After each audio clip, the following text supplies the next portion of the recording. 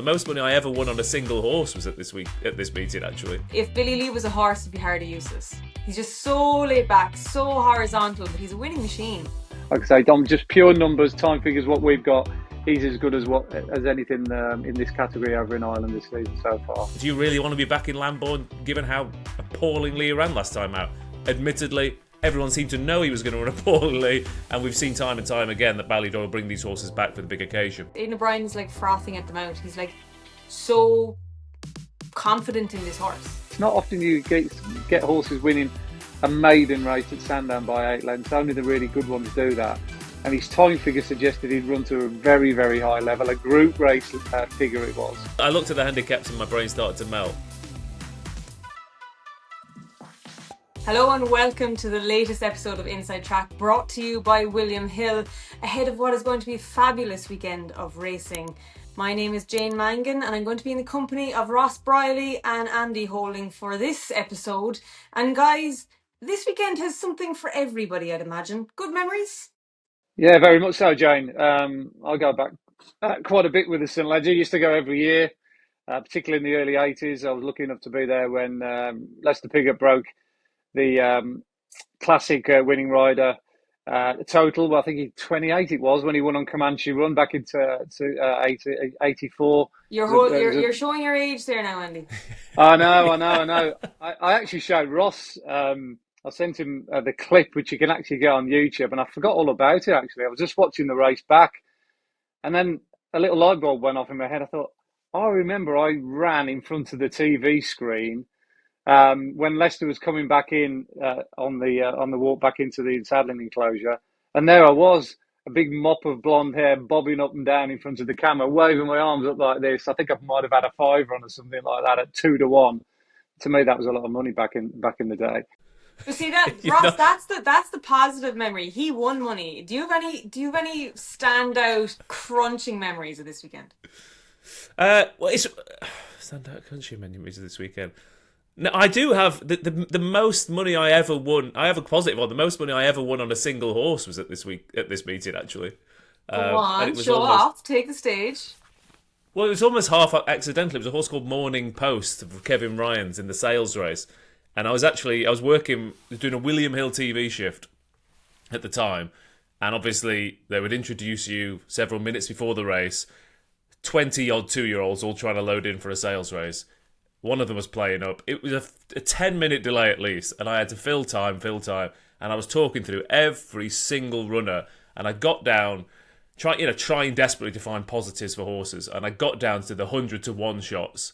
And as I started talking, I said, Morning Post, Kevin Ryan, he's got a good record in sales races, and he's actually popped the blinkers on first time, and I think he had a couple of winners last week with first-time blinkers, and I think it might have been Neil Callum riding, but whoever's in the saddle, he's got quite a good record in this. And the more I talked, the more I thought, this horse has got a chance, And I would have never backed it in a million years if that race hadn't been delayed, so as I was talking, I got the laptop up and backed it at slightly higher than 100-1, and one of those 2-year-old sales races, I could barely work out what the hell was happening, and then I had to keep a very professional air as I reviewed the race afterwards, while really wanted to run around the studio screaming.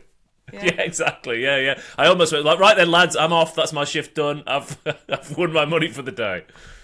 Well, you're the real anoraks, because I'm just going to say, this weekend is all about the Irish Champions weekend, and it's all about Irish Champions Festival. Never mind the sales race at Donny or Comanche Run, who turned out to be quite a respectable national hunt stallion. I think one of my first memories ever of a horse race is High Chaparral features in them. So it's like High Chaparral, Johnny Murta, and Hawkwing and Epsom. But then High Chaparral boxing in Falbrav in the Breeders' Cup, and boxing in Falbrav and Daryl Holland on the rail at Leopardstown. That was 2003? That was super race. Then you think like Fantastic Light and Galileo in 2001, Snow Fairy, and so you think Golden Horn, Free Eagle Found. They're like amazing races. And while we don't have ombudsman for the Irish Champion, it looks like it's still shaping up to be a really strong affair. Now, we'll get to it later in the episode, but I have a quiz question for you before we start, just to see, Ross, Andy, who's got the sharpest brain in this recording. Who's the It'll be last Ross. Irish trained winner of the Irish Champion Stakes that was not trained in Ballydoyle? Oh, Dun, dun, God. dun. Yeah, that's a good one. That is a good one. It was Search for a... No, that's the Irish Ledger. Search for a Song, one of the Irish Ledger, what am I talking about? I'm sure all of our viewers at home have got this off the cuff. The last The thing is, Irish Champion Stakes winner not to be trained in Ballydoyle was See the Stars in 2009. Ah, of of course. Yeah. But it's been Of a course it while. was. I was trying to What? I was trying to rattle off the train. I was thinking Ger Lyons, Johnny Murta, and yeah, of course, Tim Bolger, yeah. Dermot What? Well, Jessica Harrington. I No, it know. was John Ox. Yeah. Wow. Whatever happened? And whatever happened to See the Star? We've never mentioned him since, have we? No, but there's something. What is it about? There is something about the Irish Champion, Jane, that always. Even I mean, even last year's race, it's never dull, is it? There's something about the way that race is run, the way the configuration of the track, that home straight. There's something about the Irish Champion which you kind of... I feel like I hold my breath for about 6 furlongs in that race, and I'm still not entirely sure what's going to happen. We're going to start with the Doncaster Cup. And I must remind our watchers or our viewers that Goal Weekend has started at William Hill. The Premier League is back. And of course, the St. Leger will be the marquee event at Doncaster. There's loads more on top of that this weekend. But it will start off, we have good value. We've got more offers than ever at William Hill. And we're going to start with Sweet William, Ross. Is it just simple for him? Does he just win this Doncaster Cup again? Oh, I mean, I hope not. For the for the sake of the race to a certain extent. Because look, it has been beautiful to see Trawlerman get his due this year, and it's always nice to see a horse who's been around for a few years really hit their stride. And again, especially in an era of retiring horses at 2 and 3 to stud and rinse and repeat. Again, we've said this before on the show, but there's something slightly different about the Doncaster Cup as well. We've talked about horses for courses and course specialists, and regardless of where you go, we saw it at Haydock at the weekend with the Sprint Cup. First 3 home had all got Haydock form. It shouldn't make sense. It shouldn't be that a relatively fair, simple track like Haydock has course specialists, but everywhere it does. So, look, Sweet William keeps banging his head against a brick wall elsewhere. He comes up against stablemates. He comes up against better horses. He comes to Doncaster. It's his racecourse, which is understandable. Yes, he's the one to beat, but, and this isn't simply because you're presenting, Jane, doesn't Willie Mullins have a chance with Hip Hop de Loire, which is not an easy name to say. Wait till the Aussies have to pronounce it down in Melbourne. Yeah, that is true. Yeah. I'm waiting for someone else could have a go after me as well. But yeah, a few years ago, Thomas Hobson and Max Dynamite finished 1-2 as aging stayers for Willie Mullins. There's a similar feel to Hip Hop de Loire. Now, he was beaten in the Ebor, and he was beaten in the Ebor last year as well. But the ground was very fast on both occasions. And watching the Ebor back last time out, look, the yard won it with a well-backed Ethical Diamond. Hip Hop de Loire just didn't quite have the gears that Ethical Diamond does, the class that he does. But I'm sorry, but this is probably an easier race to win than an Ebor. I think it was a good Ebor this year. The time figure was strong. The form looks rock solid. And I actually think that the easier ground, the galloping track, the smaller field, that's going to suit this horse down to the ground. So I think actually it could be an older Willie Mullins Raider that upsets the British defence again, like it did a few years ago. Well, just to show that Willie Mullins can win with anything, this horse has so many runs in Scandinavia, Poland, and he comes and he wins a maiden hurdle at Galway, and he goes to the Ebor. And Andy, I got the impression that day that they were kind of disappointed with him. They were expecting a big run. Yeah, you'd like to think he would have run a little bit better, particularly on the evidence of what we saw the year before when he was huge and lucky in the Ebor. His preparation went well. He went to Galway, won very easily. Bit of an unconventional route, undoubtedly, but Willie's very much like that. So you'll have to say it was an underachievement in the Ebor. I mean, what you've got to look at here is that Sweet William's a genuine Group 1 horse. The likes of Hip Hop de Loire and Carl of Lacouche, they're just not in the same quality. Yes, they're improving stayers, and they do run well in those well-run handicaps. And I'm always someone that looks down that particular for improving handicappers. They've got fast time figures. They can bridge the gap. But on this occasion, I don't think they've got a squeak of getting anywhere near Sweet William. I think he actually would have won this race a lot easier last year had he not sort of dossed in front. I think he went about 4 or 5 lengths clear of Trushan, and then he just sort of thought, "Oh, I've done enough," and the winning margin was down to sort of length and a half in the end, which very much flattered the others. There's no trawler man in this race this year, of course, or anything like that. I mean, Sunway's the interesting one. He's a bit of a Darwin Núñez character, isn't he? He flatters to deceive. He's definitely got all the ability in the world, but he just doesn't find the back of the net on a regular occurrence. He's run beyond Rebels around man. So Ascot would definitely give him a chance. He threatens to stay this trip. He was a bit unlucky last time out in France when he got no run when travelling well in the first time headgear, and he was full of running at the finish. So I can definitely see him with them on OCA camp in decent form. But I am picking that. Please stay 2 mile 2. That's the thing. He's a genuine 1.6 2 mile horse. But yeah, beyond that, you're definitely getting to the realms of the unknown. And he's not massive value at 3-1. It's not looking at a 6-7 to 1 shot. You think, I can have an each way poke on him and it'd take a bit of a chance. Even if I'm in the first 3, I'll get my money back. You have got to go down the win only route with him. So I am picking at low lying fruit here with Sweet William, but I actually think 6-4 is not a bad price in the context of what he's got to beat.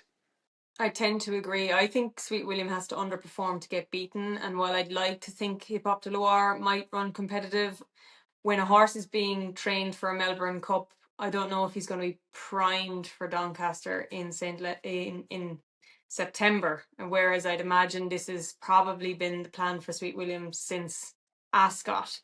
So that's the one for me. Are we sticking with Willie Mullins, Ross? I just think he's the only real alternative. Like I said, I'm worried about the stamina for Sunway, and the rest of them aren't good enough. I think Sweet William last year, he beat Trushan, an aging Trushan, and he beat Coltrane. He's at some point, he's going to get a challenge. He did make heavy weather a bit last year. Personally, I think it'll be Sweet William versus Hip Hop de Loire down the home straight, because I think those two will be the guaranteed stayers with the class in the race. Yeah. Okay. Well, that is the Doncaster Cup. That's on the Friday. We will move on to the Saturday and to the feature race, because I know my two comrades really want to get stuck into the race that they're most looking forward to this weekend, apparently. But before we do, it's worth mentioning that William Hill has got loads going on this weekend. So if you opt in and place a bet on any of the action at Doncaster at even money or bigger, you will be entitled to a free bet to use on Town Moor. So guys, Aidan O'Brien, he's won the last 3 renewals of this. Has he won last year? No. He went 4 years without a winner. Now he's going for a hat-trick. Is it just as simple as that, or can somebody stop him? Ross, up to you. I think Paddy Toomey could stop him.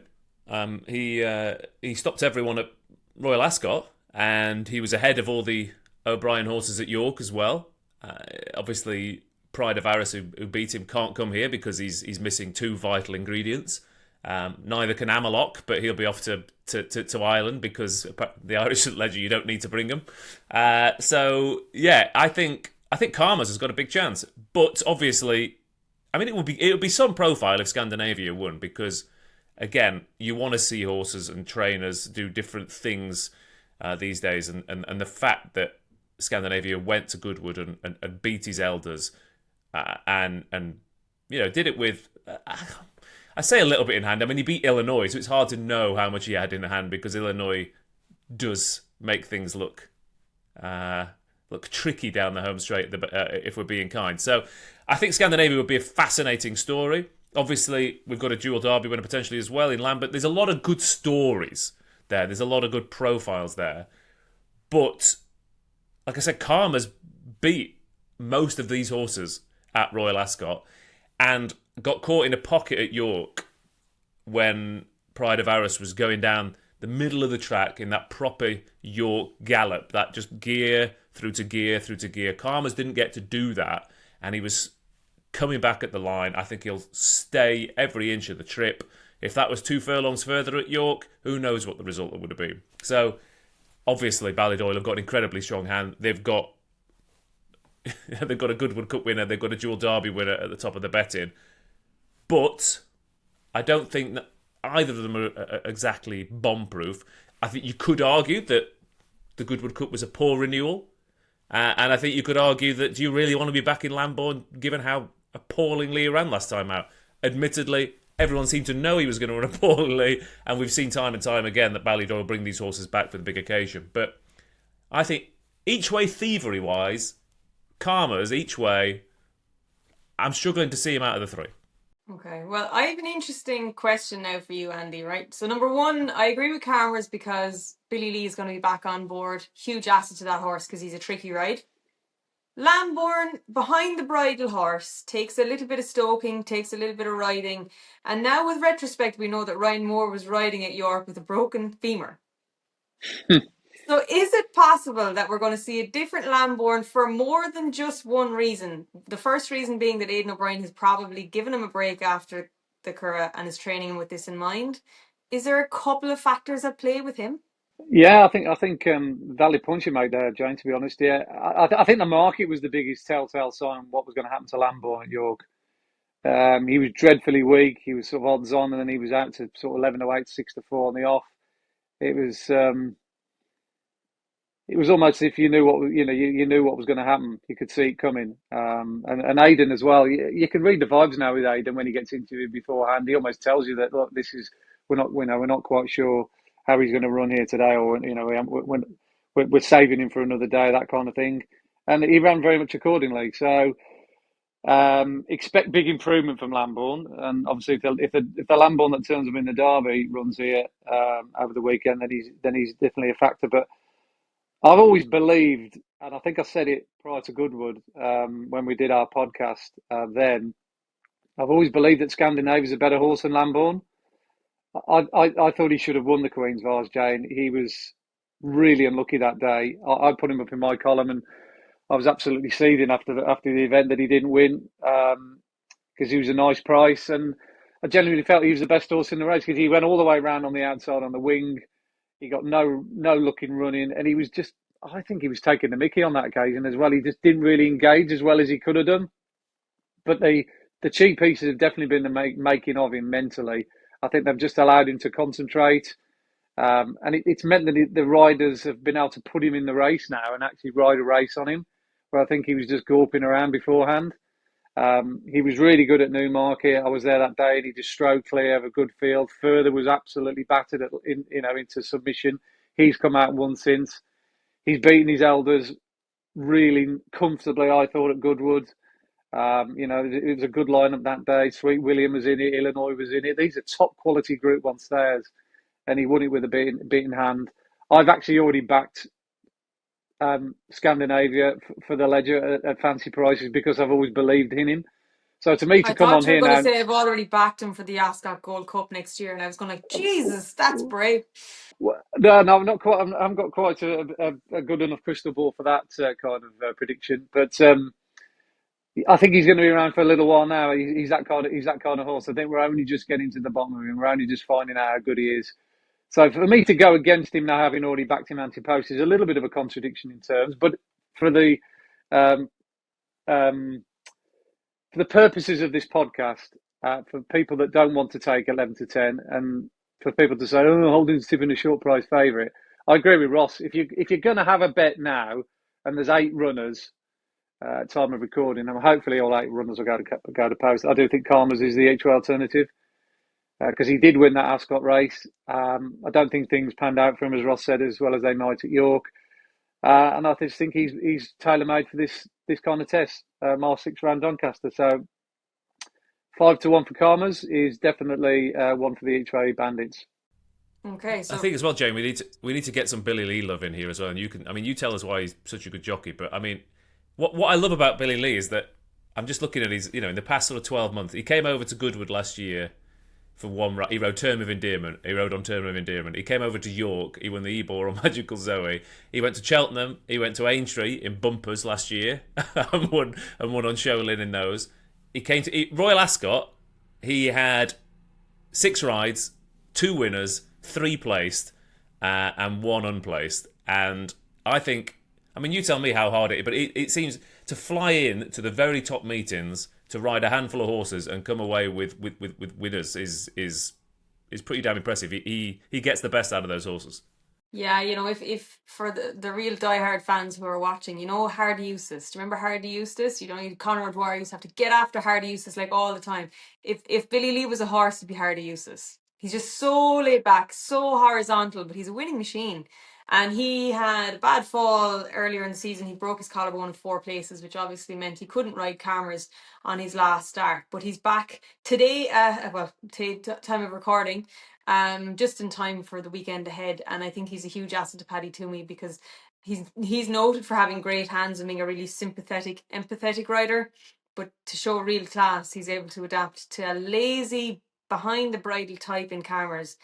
I wouldn't be worried when that horse comes off the bridle. You guys both given him very strong credentials. I'm going to give an each way bet in Stay True. Very lightly raced horse. I think he was put in there at Lingfield. I think he was the best horse, even though he got beaten on the day by Puppet Master. Then, of course, he missed most of the summer, came back. I thought he looked burly in the ring at York when he was behind Pride of Aris, and more when he finished fourth in the Vulture. I think he's better than that. And I did an interview with Aidan O'Brien last week where he basically said Wayne was pushing Lambourne forward, and I was thinking, okay, that horse is currently double figure odds. He'll do me each way in the St. Leger. So that's Stay True against the more obvious types, and I think Scandinavia is currently the right favourite.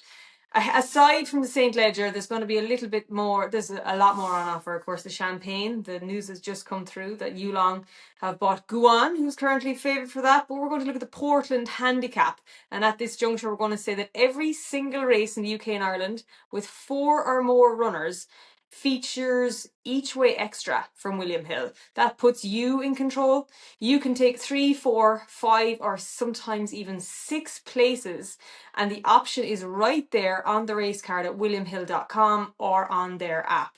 So the Portland Handicap, Andy, simple puzzle to solve, surely, for you. Oh, I'd like to think it was that easy, Jane. But I do quite like a 3-year-old in this race. I think the last 3-year-old to win it was Oxted. So it can be done. It usually goes to an older horse, in all fairness. But if you've got a touch of quality like Oxted had, then I don't think it's beyond the pale to expect one to win. I quite like Diablo Rojo in this. Horse that's fairly lightly raced. He's now in the care of Kevin Philippart de Foy in the ammo operation. You'd like to think that Kevin would be able to get a little bit of improvement out of his previous connections, perhaps, or trainer. And that's certainly the way I'm thinking anyway. But he's run behind Big Mojo in the Commonwealth Cup trial at Ascot, I think back in May. Certainly looks a little bit better than it did now at the time. And he went to the Commonwealth Cup itself and underperformed, but that was due to him running lame halfway through the race. He was actually travelling really well at the time. He was over towards the far side where the winner was, time for sandals. And he could see him visibly lose his action, and he had to be eased off, and he finished last of the 21. So he comes here under a little bit of a cloud, arguably, but like I say, there were excuses. But that run beyond Big Mojo, like I say, that puts him in with a big squeak here. I think he's rated 103 off the top of my head. I didn't make notes, but I think it was 103. I think Oxted won it off 104. So he's in that sort of ballpark of having a chance handicap-wise. Obviously, the draw, we don't know the draw. He could get drawn 1, have a 1 of 20 odd, and it's all down the middle, all down the high numbers, and this selection, it goes right out the window. But right here, right now, I've got to pick a horse that I like, and I think could be potentially quite well handicapped, and Diablo Rogo is the one for me. Well, Ross, we're likely to have a maximum field of 22 runners here. There's currently 32 left in at this stage. It's Diablo Rojo for Andy, so do you agree or disagree? I mean, it's hard to disagree with anything, isn't it, in this kind of race? It's one of those big field sprint handicaps. I'm not going to talk anyone out of any selections. It is, of course, every time you see a horse who fades over 6 or gets going too late over 5, everyone says the Portland. So no wonder they get a lot of horses turn up in it. But there's a few things I like. I mean, we've got a horse here who's a course winner, coming off the back of a career best win at a very similar track, who's won over 6, but has the speed to stay strongly over 5. Comes from a yard who do incredibly well with sprinters and are in very good form at the moment.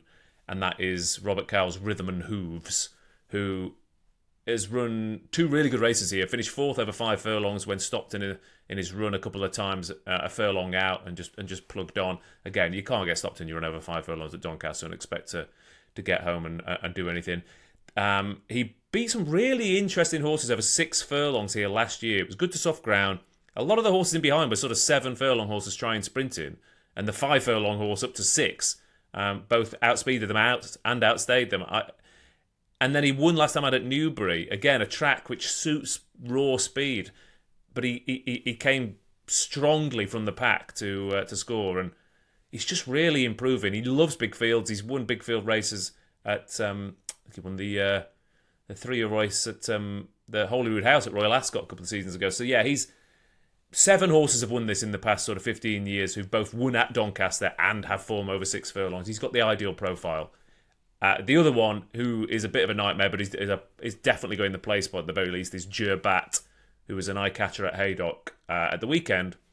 But in the past few years, both American Affair and Call Me Ginger have come from that Haydock race only a week earlier and prepped for this, and then have gone on to score. So the fact that he was tenderly handled behind Democracy Dilemma, 5.5 furlongs, he's absolutely bang on for him as well. So yeah, Rhythm and Hooves and Jurbat are the 2 with big notes next to their names for me, saying this race is absolutely ideal. Yeah, and I think there'd be 22 runners, there'd probably be 17 of them think that this is their day. This is their day. If it's worth anything, if Kendall Roy runs, I think Kendall Roy has an each way chance at big prices, given that run behind Trefor at York, because it was caught on the far side wing and came there with every challenge, but I think it was drawn on the wrong part of the track. Don't know if it's going to run. We don't have declarations yet. So that's Doncaster. We've got that out of the way. Now we can talk about the real stuff. Irish Champions Festival, Irish Champions Stakes. What are the races of the season? I'll give you first throw, Andy. Is Delacroix the right favourite, and does he just win? I think he's the right favourite, Jane, but I think he's painfully short. I think you mentioned at least 4 or 5 horses there that have all got real solid chances based on their best form. Shin MP, you mentioned, that run beyond economics last season, as you say, was a really good effort. And we don't want to be discounting any Japanese horse. We saw what they did in the art trial the other day with Byzantine Dream. He's now put himself in the shop window for Art Glory. I think the Japanese will be desperate to win that race, and they've got a good chance there. And Shin Empre, he's a horse that he's a proper globetrotter, isn't he? So he's definitely a contender. I do like Zayran as a horse. I think he's very much going the right way. Scott was probably not quite the ground that he wants. Looking at his action as well, Jane, you've probably seen him close up and personal. He's got a very roundy action. So I think he would want ground very much on the easy side. If they get showers over there in Dublin, that'll definitely help him. But a strong run, 1.25 miles seems to be his bag. He's not void of pace, but he does stay really well. So he's got a really good combination of factors. The one I like, if he does come over, and I don't know whether he's an absolute certain runner, I think we get the declarations through today, don't we? Is Royal Champion. He caused a little bit of a surprise when he won at York last time out. But based on the time figures that we keep, there was no fluke about that. They were in a really good gallop. The 2 3-year-olds took them along at a good pace. The 2 horses, I think, that ran in the Derby, was it Green Impact was one of them. Something Gardens. What was the other one? Stanhope Gardens, I think, was the other one. Stanhope Gardens. Yeah, they went. That's it. Yeah, they went a really good gallop that day. And Royal Champion came there on the bridle, and he went past Almacam as if he was standing still and lengthened all the way to the line. And the form has worked out really well. I thought Almacam ran really well on ground that dried out, not in his favour over the weekend at Longchamp. And basically, Tirola, who fluffed the start at York, gave himself no chance and finished on the coattails of the main players that day on the nose mile. He almost sprung a surprise, didn't he, over the weekend at Longchamp himself as well when he was run up in the Niel. So the form of that race at York has definitely suggested that the time figure that we've got is very reliable. And if he gets a strongly run race, which I'm pretty sure he's going to get, because you'd imagine that Ballydall, as I said in the preamble, they'll make sure that this race is going to be well run with perhaps a foot soldier in there or two. So I would be at the moment looking towards him at 16-1. I think World Champion is going to be underestimated. Are you not a bit worried that it's just York form though as well? I know the form has worked out elsewhere, but he just looked a different horse on that course. Possibly, You've yeah. seen it time and time again. Yeah. You've always got to factor that in. Yeah, I'm fully paid a member of that sort of York sort of producing strange results, and then the horses tend not to run as well elsewhere. But like I say, Alacam and Basic Tirola have both run away from York and proven that point. So perhaps World Champion will follow in their hoofprints. Simple as that, Ross, or do you have a different view? And how is the race going to shape? Who's going to make the running? Well, again, it depends who turns up, doesn't it? But there's always a Ballydoyle horse to make the run in, right? There's always one Is it somewhere. possible? I'm going to throw this at you. Is it possible Delacroix makes his own? Yes, absolutely. Because we've seen, again, we were talking about horses for courses and certain profiles. Leopardstown, in theory, should, like I said, should be ideal for him. And yes, there's a possibility that he just gets the job done simply and easily. And your likes of your Shin Emperor and your Zarans and your Anmar are going to need or want a decent gallop. They're going to be held up. I mean, like I said, Shin Emperor could have won the race last year, given a better time of it down the home straight. As I said, Royal Champion was impressive at York when siding through the pack. Zaran, you've got to love Zaran's attitude. I mean, to burrow through that gap the last time at the Curragh and then pull away. There's a possibility that Royal Ascot, the most interesting Royal Ascot form line for this weekend, is Zaran getting beaten by Amalok. That could throw up two big winners this weekend. I really want to take Delacroix on. I really do. I just keep looking at the rest of the field and thinking, this is home turf for Delacroix. Is anything else in here quite good enough? Zaran has to improve again. And I just keep looking at it thinking, like you said, Jane, there's a possibility that Delacroix dominates it. But even if he doesn't, the turn of foot he showed at Sandown should suit him if it's run differently. So, again, top races all summer. If we sit here and try and work out how they're going to unfold, it's gonna burn your brain out. So it's definitely not going to unfold the same way that it did at York. That's for sure, because I don't think many races will ever unfold that way. York developed into a sprint. He sprinted in Sandown. He didn't really get that quick at York. Yeah, it's. I mean, I was in a way, I was kind of impressed. I thought Ombudsman just got at Sandown. There's just such minor factors when it comes to decisions, isn't there? And I think Ombudsman went too soon at Sandown.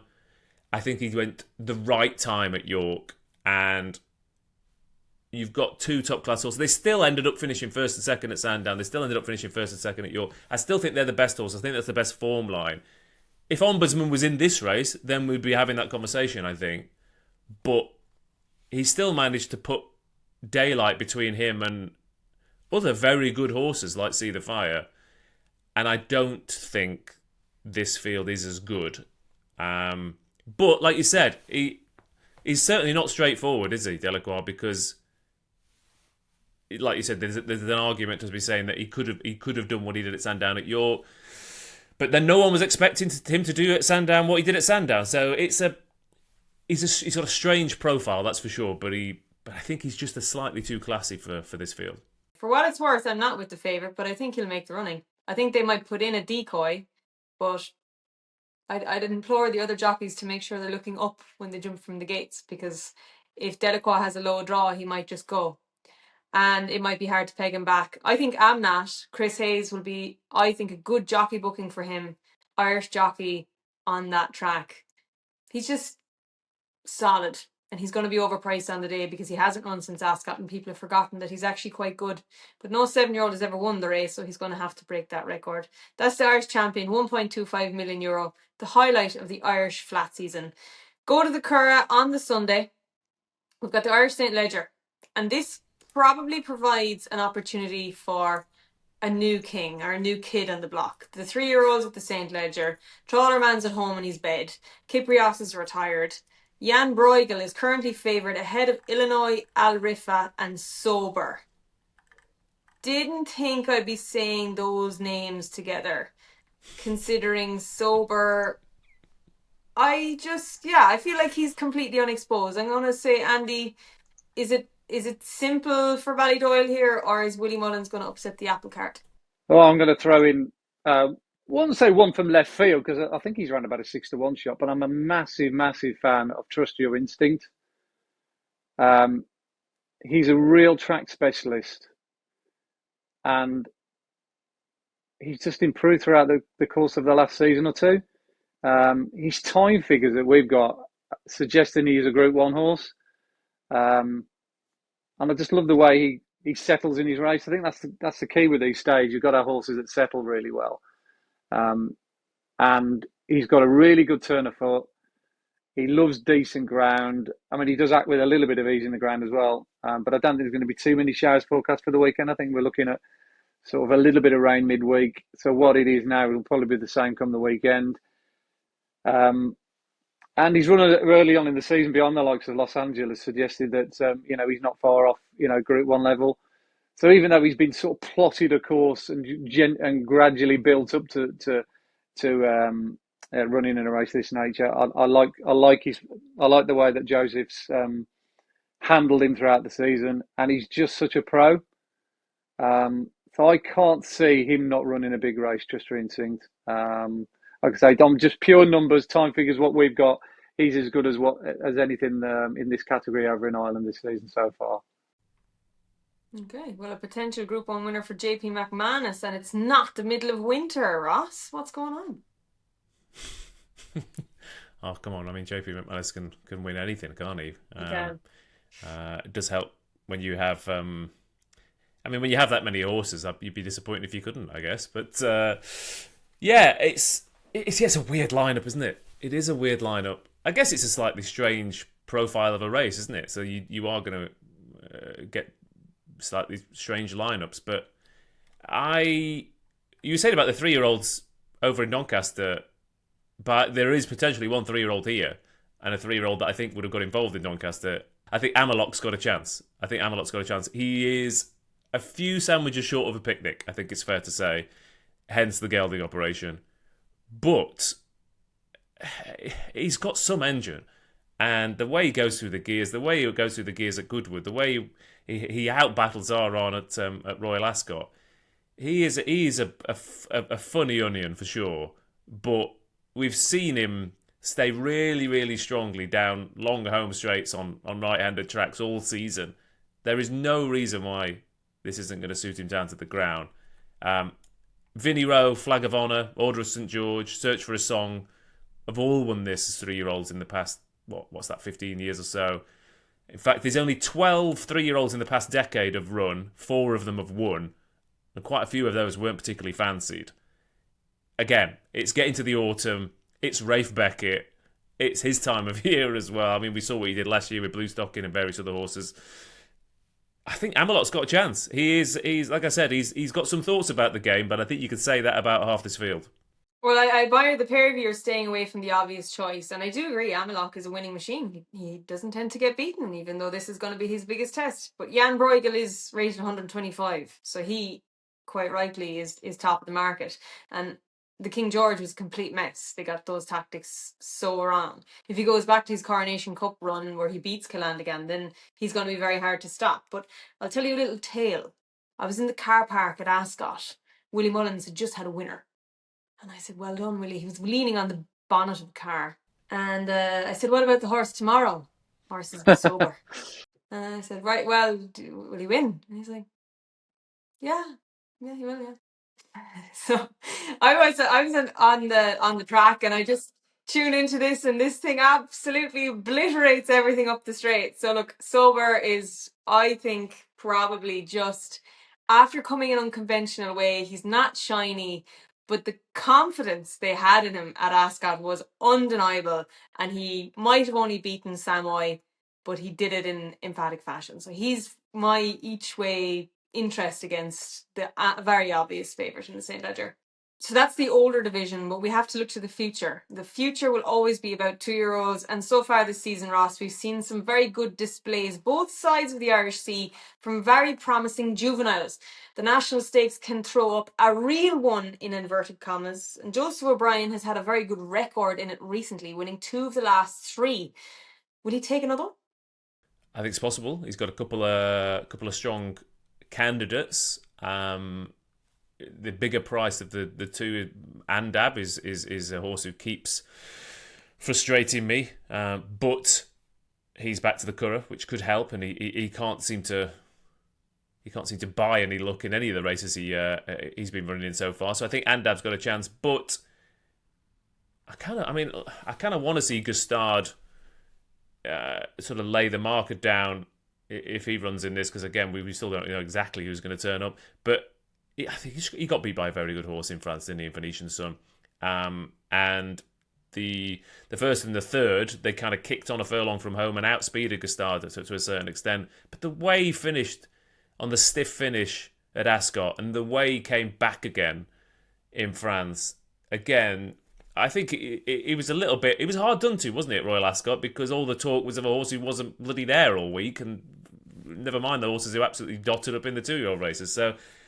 Can you imagine if you'd gone and won a big race and they'd said, he's all right, but, he's not as good as this other lad who hasn't turned up. So it was a bit underrated, I think, at Ascot. That form's worked out, as we've seen. But he's just so powerful at the end of his races. And, yeah, I kind of want to see him get his dues here in the National Stakes. And I think the 7 furlongs will be spot on for him.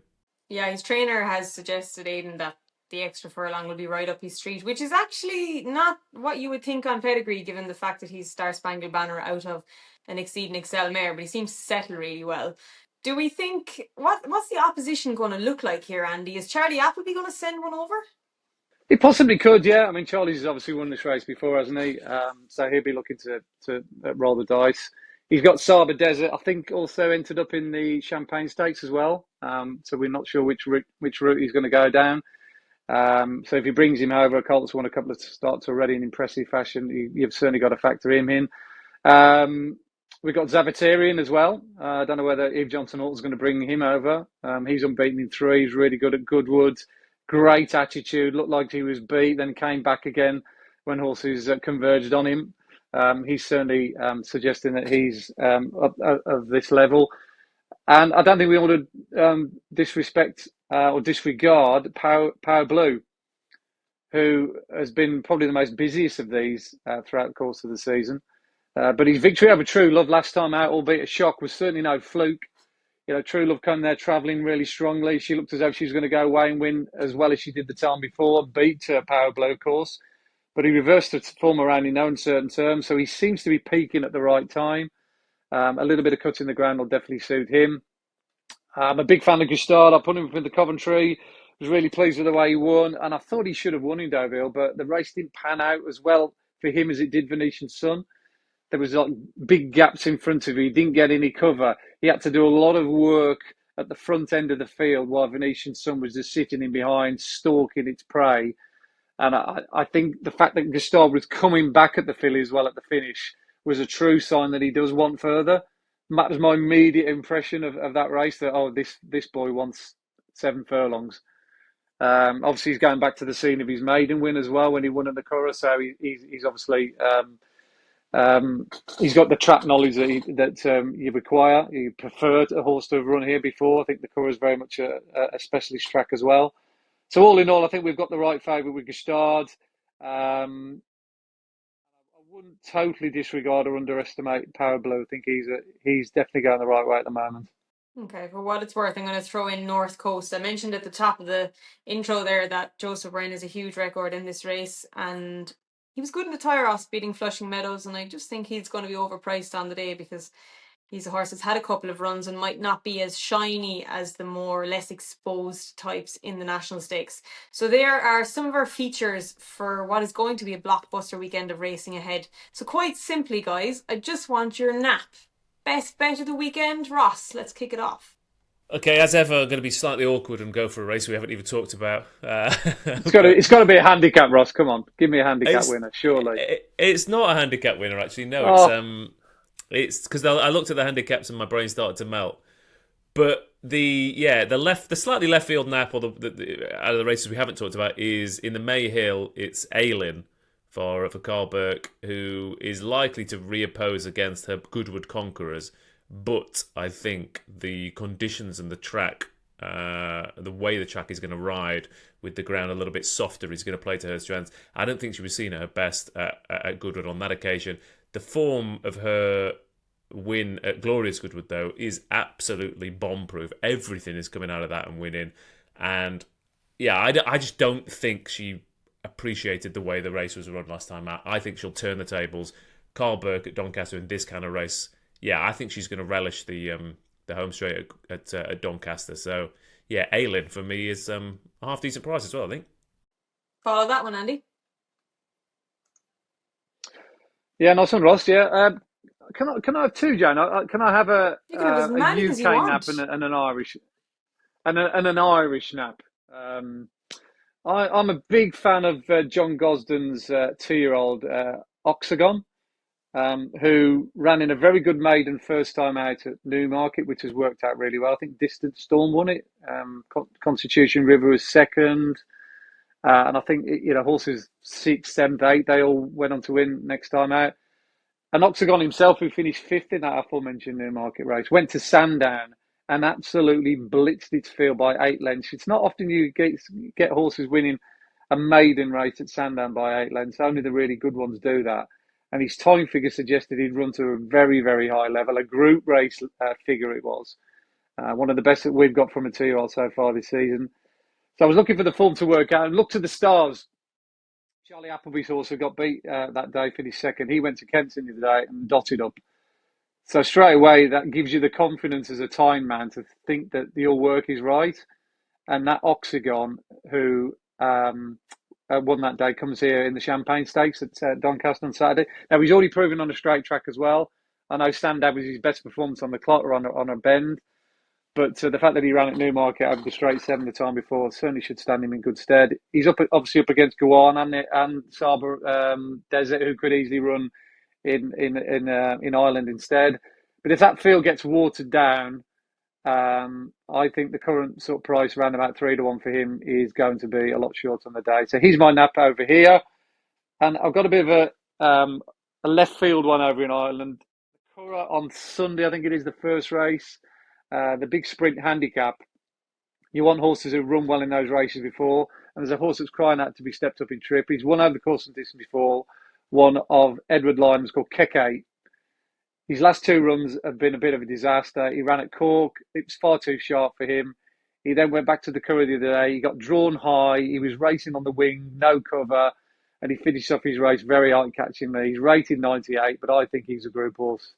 He's definitely better than his current rating, and he goes over 6 furlongs in a big field, which is what he wants on Sunday. So Keke, I think he's going to be the next big Edward Lyman sprinter through the ranks.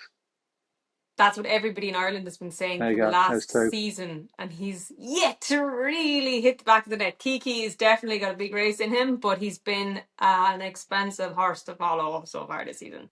I agree with you, Andy, on Oxagon. I saw him in the flesh. He's a very imposing Frankel, and I am with him in the Champagne. But considering you've given him already, I'll go for a different one, and I'll go for the Sunday. I'll go for the Blandford, the fillies race over 10 furlongs, Group 2. I was very impressed with what Red Letter did at the Curragh on her last start over 9 furlongs. That extra furlong on trip should only enhance her chances.